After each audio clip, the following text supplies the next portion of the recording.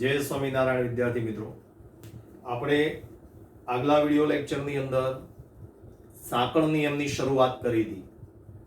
વિકલનના ગુણાકાર ભાગાકારના નિયમ સમજાવ્યા, પછી સાંકળ નિયમ સમજાવ્યો, ચેન રૂલ, અને એના પર આધારિત થોડાક દાખલા ગણ્યા હતા.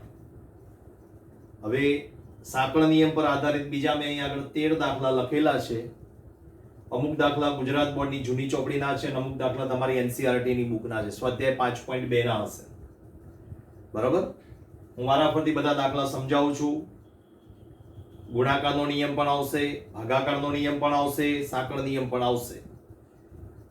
બધું ધ્યાનથી શીખજો, કારણ કે આ બધું શરૂઆત છે હજુ વિકલનની. આટલું નહીં આવડે આગળ તો આગળ વિકલનમાં અઘરું પડશે, સંકલનમાં અઘરું પડશે, ઘણા બધા ચેપ્ટરોમાં અઘરું પડશે. બરાબર, જોઈએ હવે. ચલો, પહેલો દાખલો ફરી એકવાર શીખી લેજો. y = cos root x. y = cos root x. આ તમારો થીટા છે. સાંકળ નિયમનો આ તો સિમ્પલ વિકલન જ છે, ઘાત છે નહીં. ઘાત નથી એટલે પહેલા વિકલન કોનું કરવાનું? વિધેયનું. કારણ કે આપણે અહીંયા બધા દાખલા જો બધામાં x આધારમાં છે, ક્યાંય x ઘાતાંકમાં નથી. એટલે x આધારમાં હોય તો આપણે પહેલા વિકલન કોનું કરીએ? ઘાતનું. પણ આમાં ઘાત નથી, આમાંય ઘાત નથી, આમાંય ઘાત નથી. એટલે ઘાત નથી તો પછીનું સ્ટેપ કયું આવે? વિધેયનું. અને વિધેય પછી કોણ આવે? થીટા. બરાબર, એટલે અહીં આગળ આપણે વાક્ય લખવાનું x ની સાપેક્ષે વિકલન કરતા. તો dy/dx. ચલો, cos થીટા નું વિકલન માઈનસ sin થીટા. એટલે હવે તમારે વિકલન કોનું કરવાનું રહ્યું? રૂટ x નું. એટલે આ minus sin root x as it is. ટોપીનું વિકલન શું થશે? અડધી ટોપી.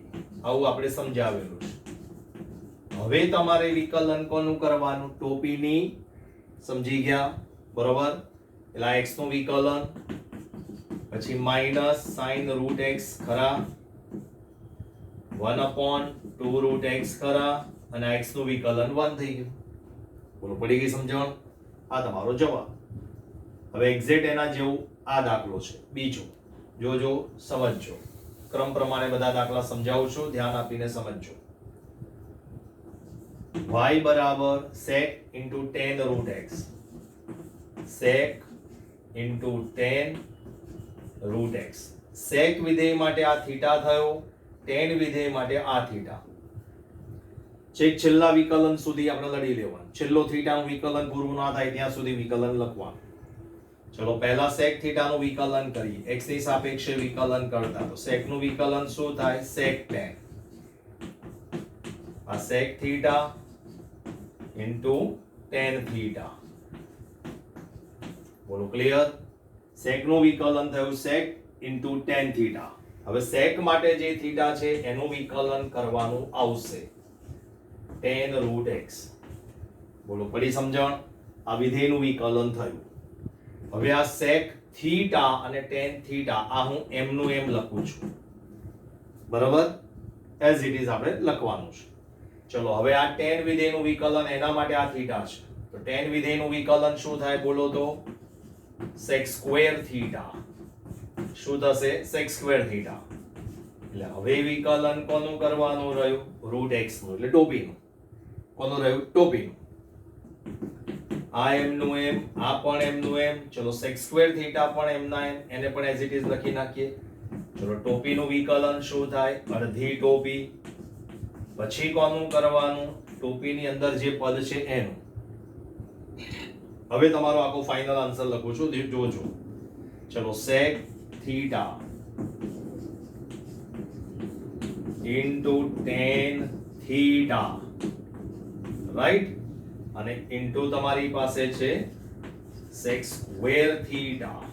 ઓકે, અને આ આવ્યું 1/2 રૂટ x. બરાબર, x નું વિકલન તો 1 થઈ ગયું. એટલે આ દાખલાનો તમારો આ ફાઇનલ આન્સર આવ્યો. બોલો, પડે છે સમજણ? એટલે વિધેય ઘાત નથી એટલે પહેલા આ વિધેય, પછી આ વિધેય અને છેલ્લે થીટા. ક્રમ પ્રમાણે વિકલન ધીમે ધીમે કરતું જવાનું. બહારથી શરૂઆત કરવાની વિધેયની, છેક છેલ્લા થીટા સુધી વિકલન તમારે કરતું જવાનું. બરાબર, ઓકે. ચલો, એના જેવો ત્રીજો દાખલો સમજાવું છું. ત્રીજો આ રહ્યો. y બરાબર sec into cot x cube minus x plus 2. sec into cot into x cube minus x plus 2. બોલો આવડશે? પહેલા કોનું કરવાનું? sec નું, બરાબર? પછી કોનું કરવાનું? cot નું, અને પછી આ છેલ્લે થીટાનું વિકલન થશે. બોલો આવડશે? જાતે પ્રયત્ન કરજો, બરાબર? ચલો હવે ચોથું વિકલન, ચોથો દાખલો. y બરાબર sin ક્યુબ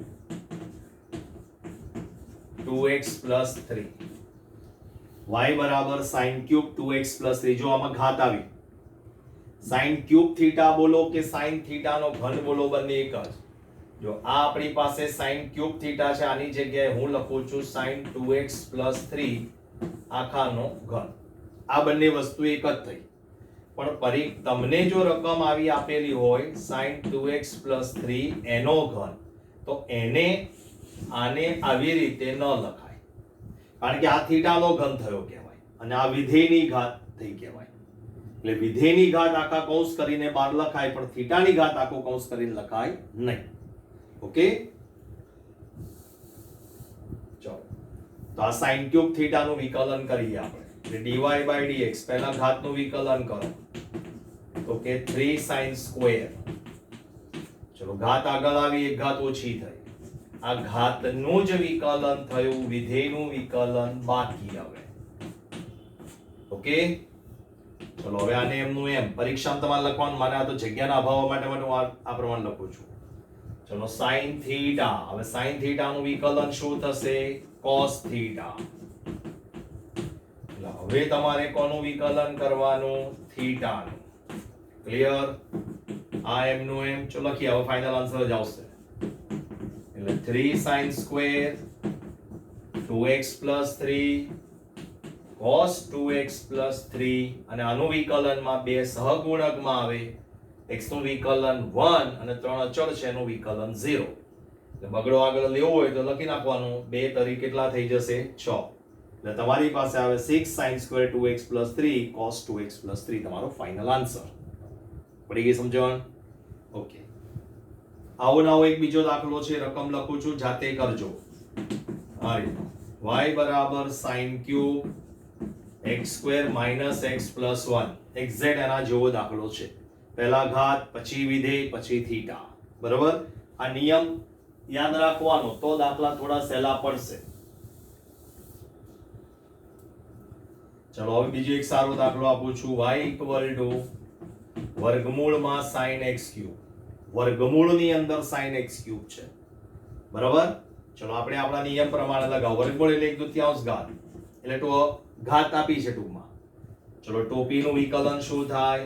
અડધી ટોપી. થઈ ગયું. હવે તમારે વિકલન કોનું કરવાનું? sin x cube. થીટાની ઘાત છે, વિધેયની ઘાત નથી. વિધેયની ઘાત હતી, એનું પૂરું થઈ ગયું અહીંયા આગળ. હવે વર્ગમૂળની અંદર જે પદ બાકી રહ્યું એનું. ચલો આ એમનું એમ. હવે sin થીટા, ચલો sin થીટાનું વિકલન cos થીટા. તો હવે બાકી રહ્યું dy dx of x cube, right? Okay, 1/2 root આ sin x cube, આ cos x cube. ચલો આનું વિકલન શું થશે હવે? 3x square. બોલો પડી ગઈ સમજણ? ખ્યાલ આવી ગયો? ઓકે, આમાં મેં થીટાની ઘાત આપીને વિધેયની પણ ઘાત આપી. હજુ એના જેવો બીજો એક દાખલો છે, બહુ સરસ દાખલો છે આ. ચતુર્થ મૂળ અને sin ક્યુબ x. ચતુર્થ મૂળ અને એની અંદર sin ક્યુબ x. બરાબર? આને રકમને સહેજ ગોઠવો, અહીંયા ગોઠવો. આ sin ક્યુબ x એમના એમ, આ એની 1/4 થયું. હજુ આને રકમને ગોઠવો હોય તો ગોઠવાય. દાખલો એકદમ સહેલો છે. આ sin ક્યુબ x છે એટલે એને sin x નો ઘન, અને આ 1/4 એમના એમ. એટલે ઘાતનો ઘાત સાથે ગુણાકાર થઈ જાય. જો એટલે ઘાતનો ઘાત સાથે ગુણાકાર કરો એટલે તમારી પાસે શું આવ્યું? 3/4 આયા. 3 ગુણ્યા 1/4 એટલે 3/4. હવે આનું વિકલન કરો x ની સાપેક્ષમાં, તો કે dy by dx. ચલો ઘાત આગળ, એક ઘાત ઓછી, 3 માંથી 4 જાય, -1 છેદ એમનો m. બરાબર? D by dx. હવે વિકલન કોનું કરવાનું રહ્યું? વિધેયનું. તો ફાઇનલ આન્સર તમારો dy by dx આ 3/4. આને નીચે લઈ લો એટલે એ ચતુર્થમૂળ કરીને જ લખી નાખીએ પાછા. આયો. હવે sin x નું વિકલન શું થાય? cos x. આ sin એનું વિકલન cos. આ જવાબ. રકમ જોઈને ગભરાવાનું નહીં, રકમ જોવાની પહેલા વિચારવાનું, પછી દાખલો ગણવા પ્રયત્ન કરવાનો. પણ એવું ના થાય કે 3 કલાક શાંતિથી બેસીને વિચારો છો અને એકે દાખલો જ ના ગણાય. બરાબર?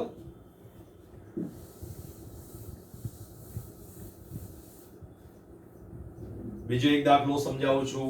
y = sin raised to mx cos raised to nx. આયો. અહીં સુધી બધા ઘાતવાળા વિકલનના દાખલા, સિમ્પલ દાખલા જ. હજુ વિકલનનો ગુણાકાર ભાગાકારનો નિયમ વાળો દાખલા મેં સમજાય, એ હમણાં સમજાવું છું. તો dy by dx પહેલા ઘાતનું, તો કે સાહેબ ઘાત આગળ આવે એક ઘાત ઓછી થાય. થઈ ગયું? જો એક સ્ટેપ ઉડાડું છું, ડાયરેક્ટ આન્સર જ આવશે. જેમ પ્રેક્ટિસ થાય એમ ડાયરેક્ટ આન્સર લખતા શીખવાનું. પહેલા ઘાતનું વિકલન પતી ગયું. હવે કોનું વિકલન કરવાનું? વિધેયનું. વિધેય તરીકે કોણ છે? sin. તો sin નું વિકલન શું થશે? cos. થીટા તરીકે x, એનું વિકલન તો 1 થવાનું. પતી ગયું. માઈનસ, ચલો આમાં પહેલા ઘાતનું કરો, n-1 into x થઈ ગયું.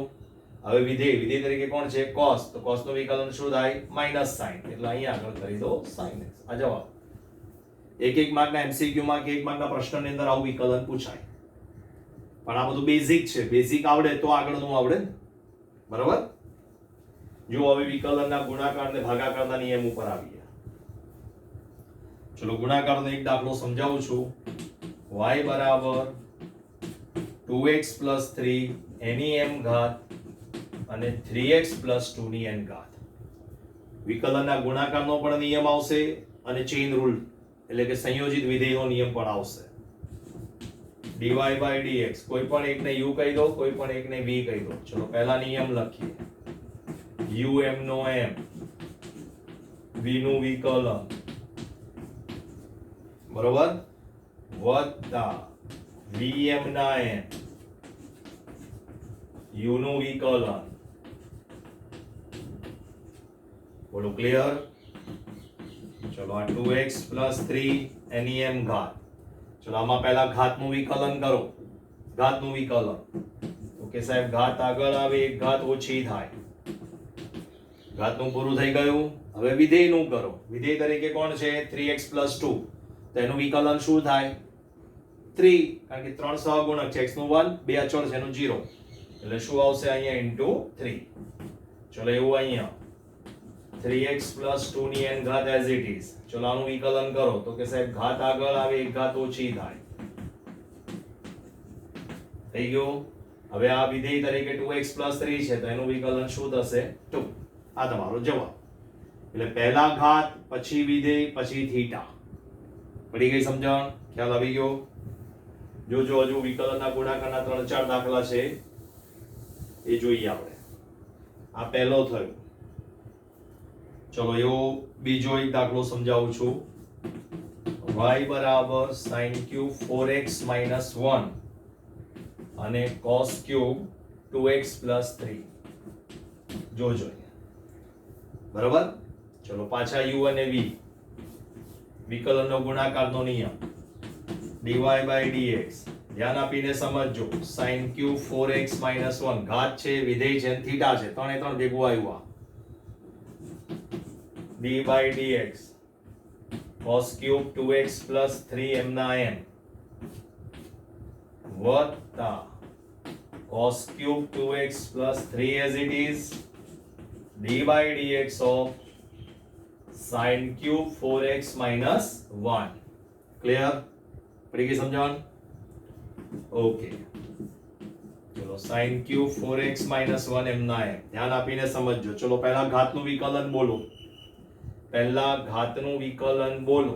3 cos² 2x + 3. ઘાત આગળ આવે એક ઘાત ઓછી થઈ. બરાબર? ધ્યાન આપીને સમજજો. હવે કોનું વિકલન કરવાનું? વિધેયનું. ચલો વિધેય તરીકે કોણ છે? cos θ. તો એનું વિકલન શું થાય? -sin θ. તો એ માઈનસ નિશાની આગળ કરી દો. ચલો જો પહેલા ઘાતનું કર્યું 3 cos સ્ક્વેર થીટા, પછી cos થીટા નું કર્યું માઇનસ sin થીટા, હવે થીટા નું બોલો. ચલો 2x 3 નું વિકલન શું થાય? 2. બોલો ક્લિયર? ફરીવાર આ રહ્યું cos ક્યુબ 2x 3 m ના m. ચલો sin ક્યુબ થીટા નું વિકલન બોલો. પહેલા ઘાત તો કે 3 sin square 4x 1. sin cube theta નું 3 sin સ્ક્વેર થીટા, બરોબર.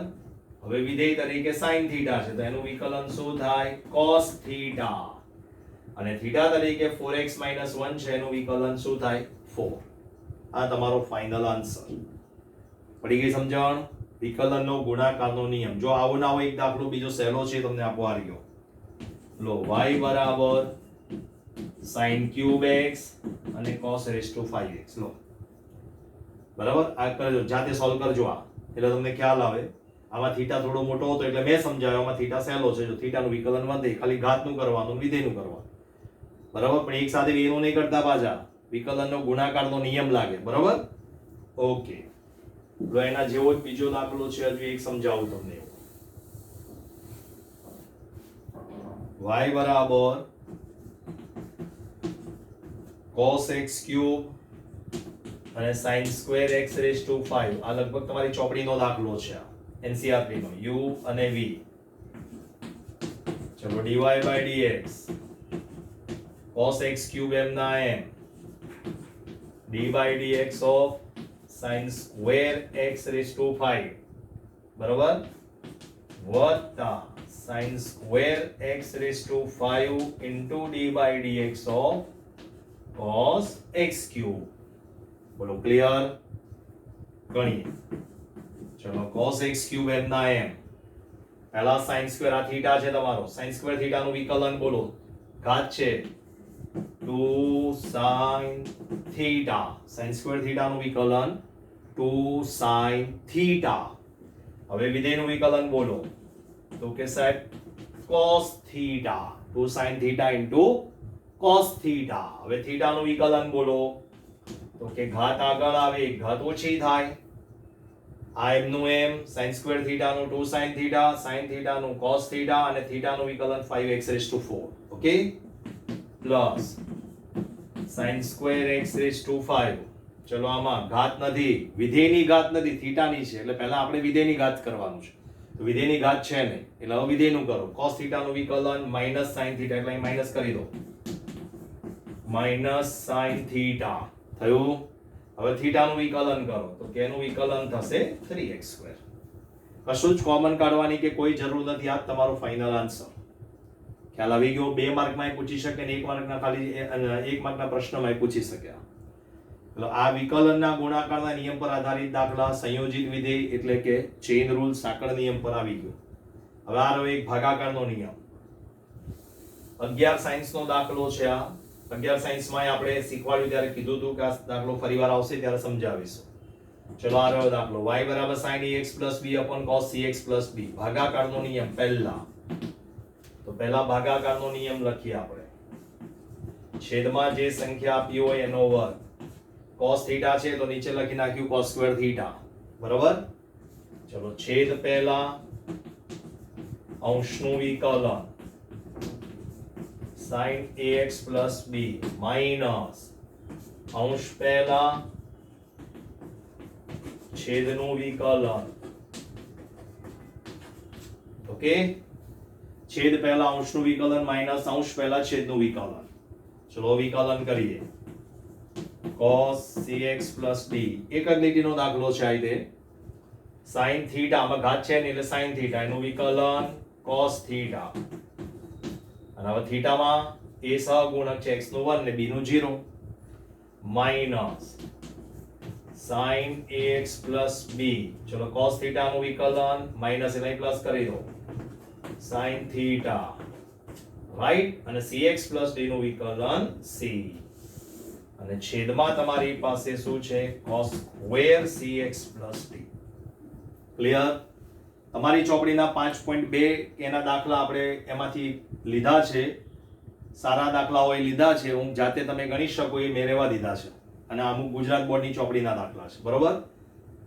હવે 5.2 માં કદાચ એકાદ બે દાખલા બાકી રહે છે છેલ્લા, એ પછી જોઈ લઈશું એના પછીના વિડીયો લેક્ચરમાં. બરાબર? એટલે આ સાંકળ નિયમ પર આધારિત દાખલા મેં મોટા ભાગના તમને સમજાવી દીધા.